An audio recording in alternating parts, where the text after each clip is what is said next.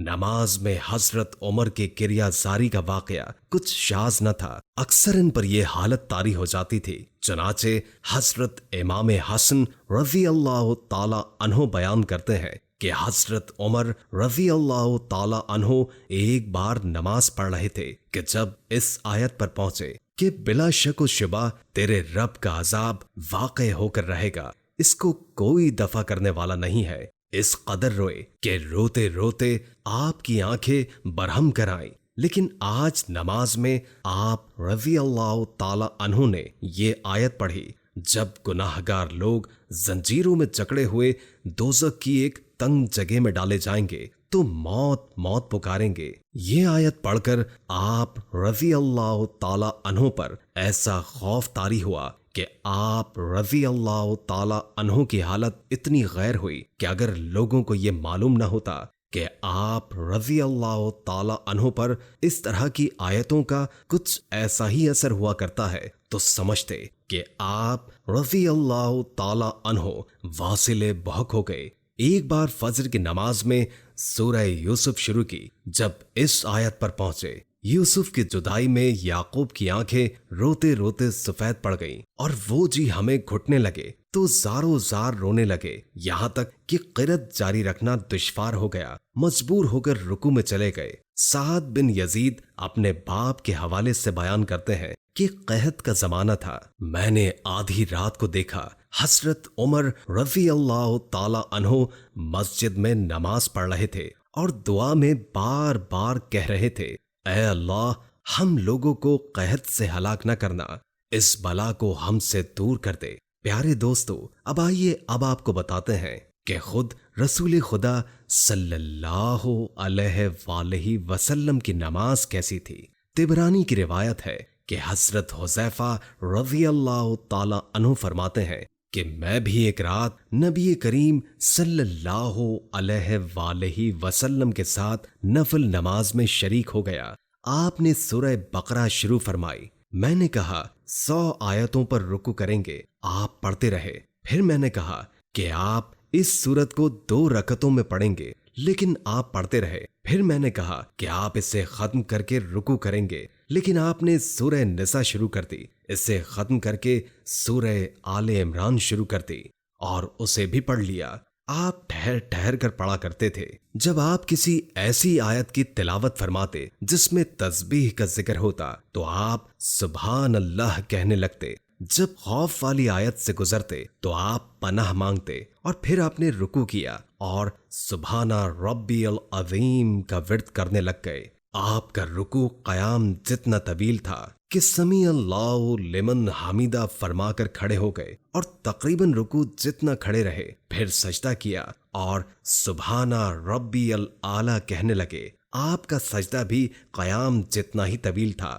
دوسری روایت میں ہے کہ رسول خدا صلی اللہ علیہ وآلہ وسلم نے 4 رکعت ادا فرمائی۔ میں نے نماز کے بعد حضور سے دریافت کیا کہ میں بھی آپ کے پیچھے تھا۔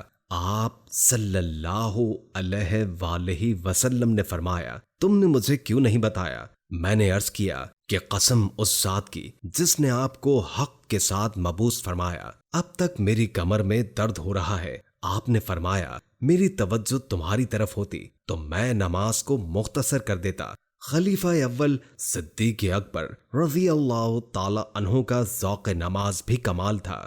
ذوق عبادت کا اثر صحابہ کرام کی طبیعتوں پر بھی ہوا۔ حضرت ابو بکر صدیق رضی اللہ تعالی عنہ نماز میں کھڑے ہو کر قرآن پڑھتے تو آنکھوں سے آنسوؤں کا سیلاب رواں ہو جاتا۔ لہجے میں اتنی نرمی تھی اور ترنم تھا کہ ارد گرد کا سارا ماحول ایک روحانی کیفیت میں ڈوب جاتا۔ تبھی مسجد حرام میں نماز ادا کرتے تو آپ کے ارد گرد قرآن سننے والوں کا ہجوم ہو جاتا، جن میں عورتیں اور بچے بھی شامل ہو جاتے۔ اس پر کفار نے رکاوٹ ڈالنے کی کوشش کی تو گھر کے گوشے میں نماز ادا کرنی شروع کر دی، لیکن اسے سننے کے لیے پھر سے لوگ گھر کے باہر جمع ہو جاتے۔ پیارے دوستو، حضرت عمر فاروق رضی اللہ تعالی عنہ کی نماز چل رہی تھی۔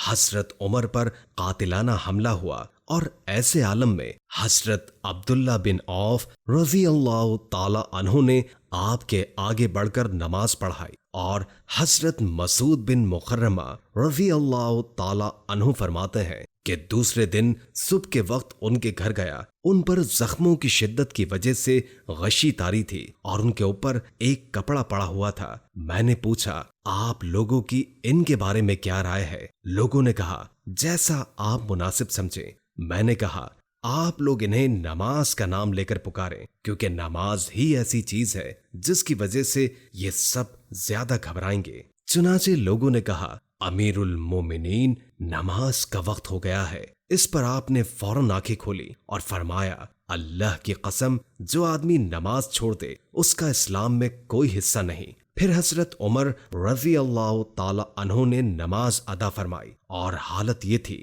کہ ان کے زخموں سے مسلسل خون بہ رہا تھا۔ دوستو یہ ہوتی ہے نماز۔ نماز میں رب کا خیال ہونا چاہیے۔ دوم، نماز آنکھیں کھول کر پڑھنی چاہیے، آنکھیں بند کر کے نماز پڑھنا ٹھیک نہیں۔